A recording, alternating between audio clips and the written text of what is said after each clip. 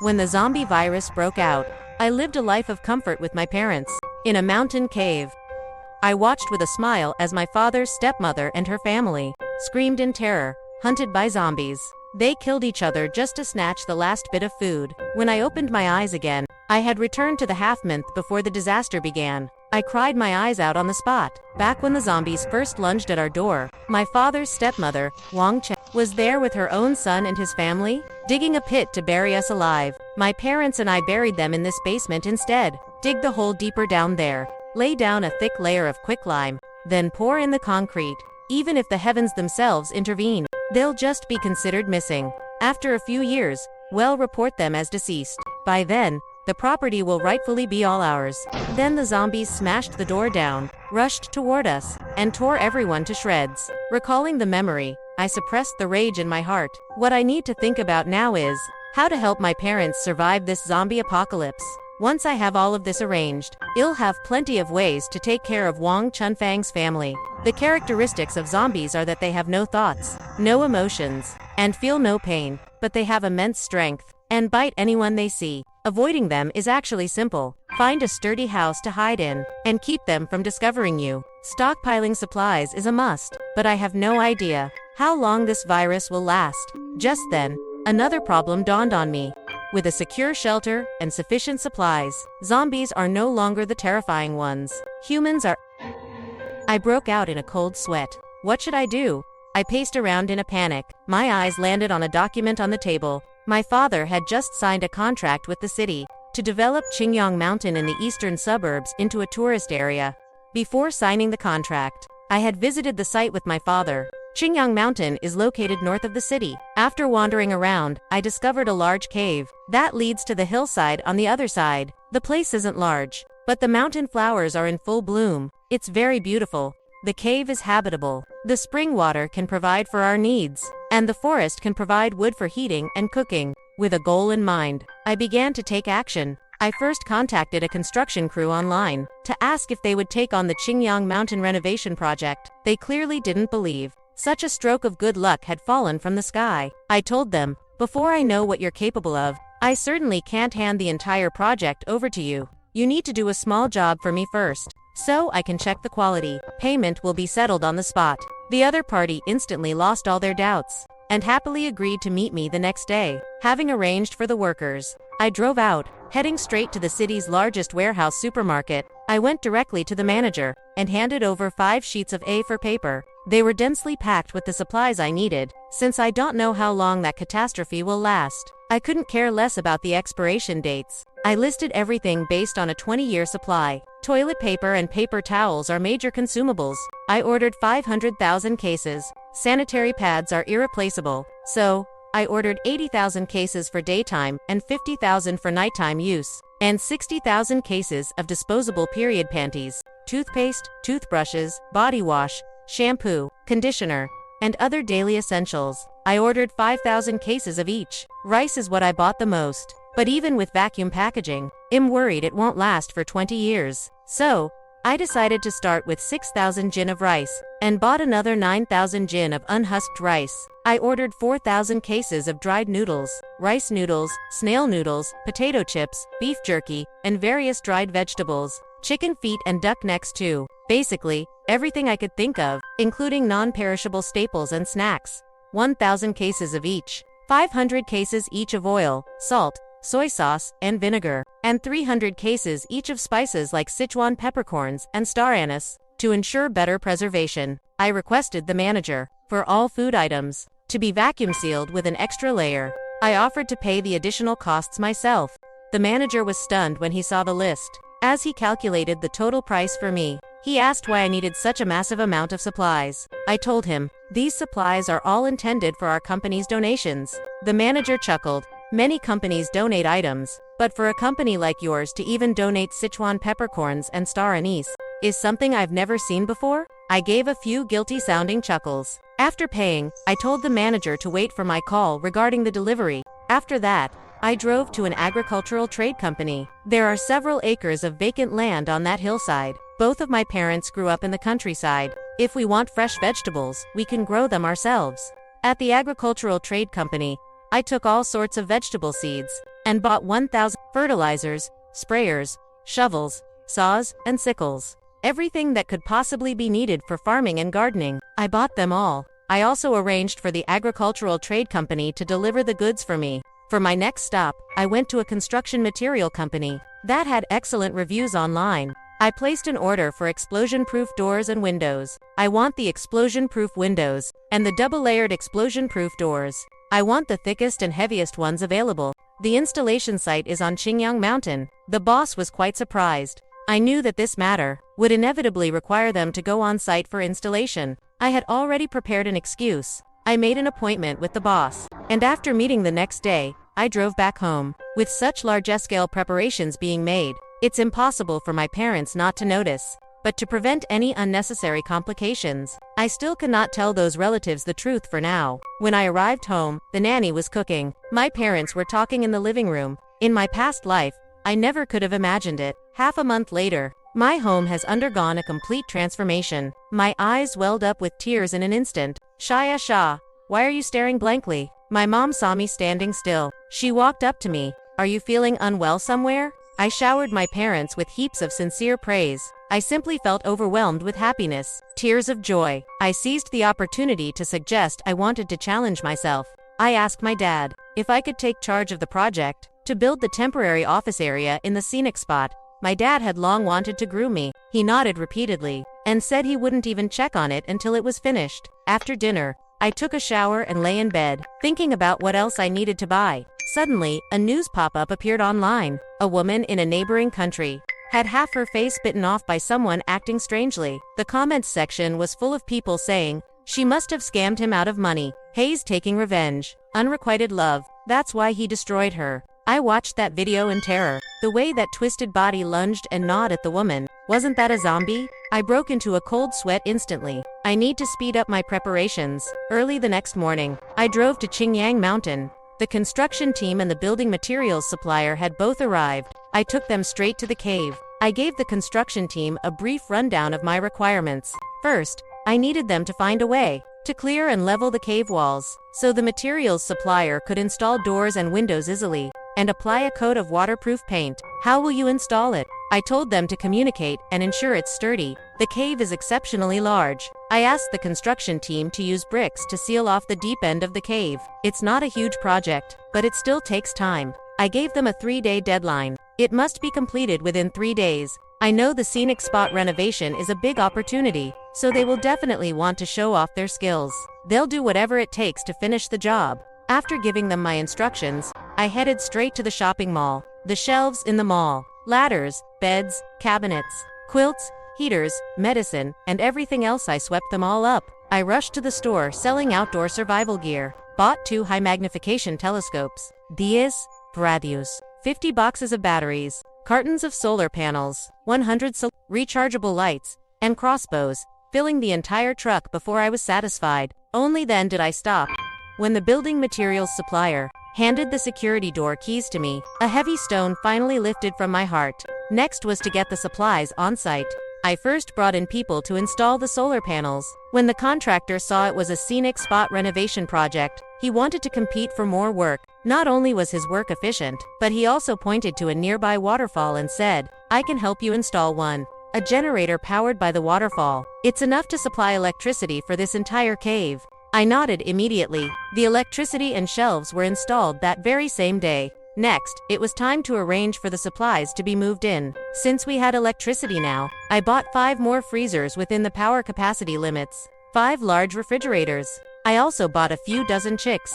After all the items were moved into the cave, there were only 2 days left on my countdown to the apocalypse. I decided that there was no time to lose. I would bring my parents here tomorrow, but I never expected that. Just that evening, Wang Chunfang's family would show up at my house. In my past life, Wang Chunfang's family didn't arrive until 2 days later. This unexpected change made me feel a bit uneasy. I wondered if other things would change too. If possible, I hope the zombie virus doesn't break out at all, rather than it happening early as well. Before Wang Chunfang had even settled into her seat, she said that her precious grandson, Hua Chen, was coming here to study. and demanded that my dad transfer our villa to Huaching, plus give them 1 million in cash. Your family's money is all going to econ eventually anyway. My mom laughed in anger. Our money? Why on earth should it all go to him? Wang Chunfang shot my mom a sinister look. Just because you only gave birth to a worthless girl. My mom was just about to start a huge argument, so I quickly pulled her aside. I urged her, "Mom, don't waste your breath on her. It's not worth it." My mom was absolutely furious. She had never seen such shameless people in her life. In my past life, after my parents rejected them, I never imagined they would be bold enough to commit murder to get what they wanted. I must outsmart them. I signaled my mom to be quiet, then smiled and said to my dad, "Dad, they are right. Little brother Ekin's education is a big deal. It's only right that we help him out." Wang Chunfang's family was stunned, because I had never given them a good look before. My parents also looked at me with confusion. I secretly gave them a gesture. Then I said to Wang Chunfang, "It's just that the house transfer will take 2 days. This house was bought with a mortgage. We need to go to the bank tomorrow to pay off the loan before we can transfer it." Zhang Lan immediately widened her eyes. "What? There's still a mortgage on this house? You business people, don't you all keep your cash on hand? To make more money? Let's go. Let's go. The nanny took the day off to go home today, so let's go out for a feast." Hua Chen jumped up immediately. "Awesome. I want to eat king crab." We chose the most luxurious restaurant in the city for dinner. King crabs and lobsters. We ordered them as if they didn't cost a dime. When they were enjoying their meal, I picked up my phone and said, "You all came so suddenly. The spare rooms at home aren't cleaned yet. Why don't you stay at the 5-star hotel next door for the night?" Wang Chunfang and her son, Hua Qing, were a bit reluctant. But Hua Chen was overjoyed. Yes, that hotel is super comfortable." When we got back home, my parents finally had a chance to ask me, "Xiaxia, what exactly is the game you're playing today?" "Mom, Dad, don't ask yet. I'll tell you the answers tomorrow." Mom and Dad didn't understand, but they nodded anyway. I started scrolling through the news. Everything on the news was still calm and quiet. I was a bit puzzled. If that facebitter abroad 2 days ago was a zombie, even if it hadn't reached us yet, the local area there should have been in chaos by now. How could there be no news at all? Could it be that my so-called past life was just a dream? Impossible. Although Wang Chunfang's family arrived early, the demands they made were exactly the same as in my memory, word for word, so it wasn't a dream. I immediately found some cleaners to clean an empty house I owned in the East City district. I had them tidy it up and arrange for someone to install surveillance cameras. Then I put all my valuables in the car and drove home. It was already 7 a.m. by the time I got home. I sent a message to Hua Qing, giving him the house number in East City and the electronic lock passcode. I told him my parents and I had urgent business out of town and let them stay in that house for the night. Suddenly, a news alert popped up. A case of someone biting people occurred in a certain city. The photos in the news clearly showed zombies, and that city was right next to ours. I broke out in a cold sweat from fear. I immediately pulled my parents into the car. There was no time to explain to them. I drove straight toward that cave. On the way, Hua Qing called. I decisively blocked his number. Before reaching that shelter, I really didn't dare to relax, even for a second. The car finally stopped. I led my parents into the cave. Only then did my heart finally settle. Inside the cave, my parents looked at the supplies packed to the brim. "Xiaxia, is this the office area you were setting up?" I said solemnly. "Mom, Dad, for the foreseeable future, we can only stay here, and I don't know how long this will last. It could be a few days, it could be a few years, it could even be for the rest of our lives." My tears began to fall. I told them everything about my past life, the cruelty of Wang Chunfang's family, the madness of the zombies, and my rebirth. I showed them the news that zombies had already appeared in Lin City. I pleaded through my tears. "I know this sounds unbelievable, but I'm begging you, whether you believe it or not, please stay here for 1 week first. If there's no zombie outbreak after a week, it won't be too late for us to leave." My parents looked at me with worry. "All right, then we'll stay here for a week." I nodded heavily. I pulled up the surveillance footage of the East City house for them. In the footage, Wang Chunfang's family was on the sofa, cursing us loudly. That little bitch refused to let us stay in the villa. She must be up to something bad. Wang Chunfang had a sinister look on her face. "No rush. You can run, but you can't hide forever. Now that we're here, we're not leaving. The eldest brother's family just doesn't know what's good for them. If you ask me, we need to take action. It's too much trouble." just drug them and tie them up. Whether they listen or not, just kill them directly. As long as they're dead, that villa, the car and the money will all belong to our My parents stood by my side and heard every word of Wang Chunfang's family clearly. Mom was trembling with rage. Dad's face turned grim. With Wang Chunfang's conversation and the zombie news, my parents finally began to take my words seriously. Dad called the finance department to work overtime, giving all employees 2 months extra salary as a bonus. He gave all employees 10 days off and ordered them to return to their parents' side immediately, or they would be fired. The disaster came faster than I expected. On the evening of the very next day, the zombie outbreak exploded. I quickly took out heat-powered binoculars. On the road not far away, countless people were fleeing in a panic. Zombies. So many zombies? The terrifying memories from my past life flooded back again. My parents took the binoculars and watched silently, with looks of horror on their faces. Dad comforted Mom. Thanks to our daughter. Otherwise, I wouldn't dare imagine it. Mom started to cry. Can they really not find us? Dad took out a remote control. He pressed it without hesitation. Several loud explosions echoed in the distance. I was stunned. Explosions. I contacted an old friend with some connections. He came over last night to help and planted explosives in this tunnel. I gave him a thumbs up. Dad, you're the best. I didn't ask how we would get out later. Staying alive and safe for now was more important than anything else. Outside, there were shrill cries everywhere. Screams and alarms filled the air. Messages on my phone were blowing up.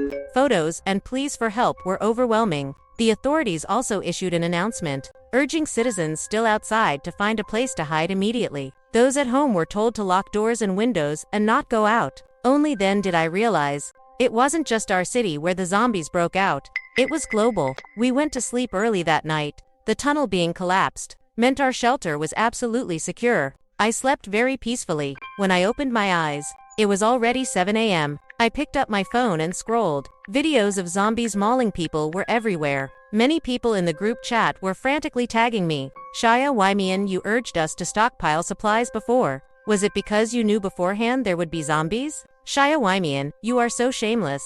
Since you knew there would be zombies, why didn't you tell us sooner? Exactly. Shia, you are too selfish. I didn't reply. I got up and washed up. Mom and Dad were busy clearing the branches outside. Once dried, these roots and branches make excellent firewood. Seeing that I was up, Dad said to Mom with a relieved smile, "Jax has truly grown up? Who would have thought that in this apocalypse, our daughter would create such a sanctuary for us?" Breakfast was pumpkin and millet porridge made by Mom, along with scallion pancakes and some sliced salted duck eggs. After finishing breakfast, we started preparing the land to plant vegetables. Mom and Dad said that some fast-growing vegetables could be ready to eat in half a month. On the third day of the apocalypse, I finally turned on the surveillance cameras for the Chengdong residential complex. Hua Chen wanted to eat meat. With the outside world full of zombies, Wang Chunfang actually ordered Zheng Lan to go out and find food. The two of them began to argue. If you want, go, fine. But from now on, there's no food in this house for you.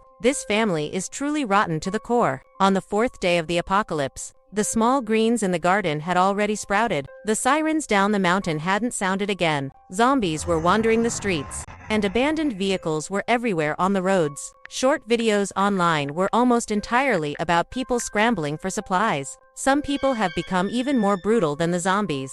Fortunately, electricity and communications remain unaffected for now. Day 6 of the apocalypse. The food in Wang Chunfang's house has hit rock bottom. I sit with my legs crossed, eating potato chips, watching the ugly spectacle of Wang Chunfang's family on the monitor. Wang Chunfang grabs Zhang Lan's hair, beating her relentlessly. There was still a bowl of porridge last night. It wasn't me who stole it. Then who ate it? Zhang Lan cries, completely exhausted. I didn't. It really wasn't me. Hua Chen lies on the sofa. Stop arguing and go cook already. I'm starving to death. Make some food. With what exactly? Wang Chunfang paces back and forth in a panic. Call that little beast. Make them bring us some food. The calls won't go through. They blocked us ages ago. My parents are drinking tea nearby. They have already become indifferent to it all. Day 10 of the apocalypse. The water has been cut off in the Chengdong residential complex. Wang Chunfang forces Zhang Lan to go out and look for food. Things have reached this point. Zhang Lan and Wang Chunfang are at it again. They start fighting each other, but their commotion clearly attracts the zombies outside. The people inside scream in terror. In the panic, they actually push Zhonglan out the door. The zombies immediately pounce on Zhonglan. This scene leaves my parents and me completely stunned. Day 13 of the apocalypse. The number of zombies on the streets is increasing. Dad started cooking stir-fried seltis, steamed cured meat, and tomato egg soup. He also used the earthen stove to steam some rice. I am so glad that in this life, by my own efforts, I have given my parents a sanctuary where they don't have to face death at any moment. I clicked on the surveillance feed. I saw Hua Qing and Wang Chunfang carrying kitchen knives. They instructed Hua Chen to lock the doors and windows tightly, and then they went out. I learned from the property owners group that over these past 2 days, hunger had forced them to risk going out to find food. Under Hua Qing's cover, he broke into other people's houses to snatch food. This once again redefined my understanding of them. I decided I had to do something. I sent a message to the owners group. Hello everyone, I have food to give you, but you must promise to divide it equally, otherwise, there won't be a next time, and you must promise to do one thing for me. Everyone agreed in unison. I told them to seal the door of my house completely shut, so that the people inside cannot get out. Once the photos were sent out, the people in the group were enraged. Many had seen with their own eyes these past 2 days, Wang Chunfang and Hua Qing killing people just to steal food. Several young men did not hesitate. Taking weapons and tools, they headed straight for my house. Wang Chen, Fang, and the Hua, father and son, heard the noise outside, thinking the others were just like them, trying to break in and rob food. They stood behind the door holding kitchen knives and clubs. But after a series of loud clanging noises outside, everything went silent. A photo was posted in the residents' group chat. My door opens outwards. It had been wedged shut tight with an iron bar and stones. I gave it a solid, like, as for what happens to others, I don't care. But those 3 vipers, I must never let them out to kill anyone. I shared the location of my storage unit in the complex's garage with everyone. Inside it was the water and instant noodles I had ordered from the wholesale supermarket earlier. These supplies were, after I had already secured a shelter for myself and my family, the only thing I could do for my neighbors. I then suggested that everyone should try to save themselves. For instance, the young and able-bodied should find ways to repair the community walls and gates, and organize patrols day and night. The women could clear out the greenery in the neighborhood, and plant some vegetables and crops. Under the roof of the garage, I had hidden various seeds for vegetables, sweet potatoes, and regular potatoes. There is a small pond in the complex. It's drinkable after being filtered. The elderly should be responsible for looking after the children. Will this last for a long time? Yeah, that's right. Is no one coming to save us? No one answered that question. Everyone knew that this zombie outbreak was global. No one knew if our government was still standing. I sighed. We must save ourselves. Otherwise, everyone knew perfectly well what that meant. They asked me where I was. I told them I was in another city. They told me to take care. My mother was worried on the side. Whether it's planting vegetables, potatoes, or sweet potatoes, everything takes time. They can't afford to wait, can they? I spread my hands. They can choose to plant those seeds, or they can choose to eat them. I have done my best. The 20th day of the apocalypse. It just finished raining. The greens and cabbages in the garden are already ready to harvest. Mom and Dad are carrying them over from the spring. Freshly washed vegetables. If one doesn't look down at the foot of the mountain, this place feels like the most beautiful season on earth. I held my binoculars and scanned the foot of the mountain for a long time. Aside from a few people who seemed to be out searching for food, the streets were filled only with zombies. But I still hold hope in my heart, because power and communications have remained stable all these days. And the residents of the Chengdong residential complex said that the water supply returned after being cut off for 3 days. This shows the government is still functioning, still working hard to keep the city running. The residents of the Chengdong complex have already taken my advice and started their own rescue efforts. On the surveillance feed, the family of Wang Chunfang realized on the 2nd day, after their door was sealed, that they couldn't get out. But luckily, they still had food they had looted earlier. They had no choice but to ration their food and water as much as possible. Hua Qing snatched the bowl right out of his hand. You old hag, you're dying soon anyway, so there's no point in giving you this meal. It's a waste. Wang Chunfang looked at her son, crying and cursing in astonishment. Thinking back to his cruelty in my previous life, this scene before my eyes gave me great satisfaction. A week later, when we checked the surveillance of the Chengdong complex again, Only Hua Qing was left. He was truly the most vicious one. I turned off the monitor. I don't care whether he lives or dies. The residents of the Chengdong complex gave me a pleasant surprise. The vegetables they planted had already sprouted, but they still lacked supplies. At this moment, I gave them a second surprise. In the complex, I owned 2 garages. The other one was filled with rice. The residents wept with joy and expressed their sincere gratitude to me. Some even offered to pay me. I told them I didn't want their money, just stay alive. With this rice, I believe they can hold out until the potatoes and sweet potatoes are ready to harvest. In the blink of an eye, Mom, Dad, and I have lived on the mountain for 3 years. Over these 3 years, the number of zombies has continued to rise. Heart-wrenching cries and screams still echo from the foot of the mountain frequently. Looking through the binoculars, the streets have become overgrown with wild grass, but throughout these 3 years, power and communications have never been cut off. The residents at the foot of the mountain tell me that the water supply never stopped either. Through the internet, everyone knows that our nation and government are still here. This has filled everyone with confidence. The residents of the Chengdong complex distribute a large amount of seeds every year, sending them to other complexes via drones. After other complexes harvest their crops, they also join the ranks of distributing seeds. More and more people are posting the joy of their harvests online, and more people are seeing hope. I think this is the power of unity. The end.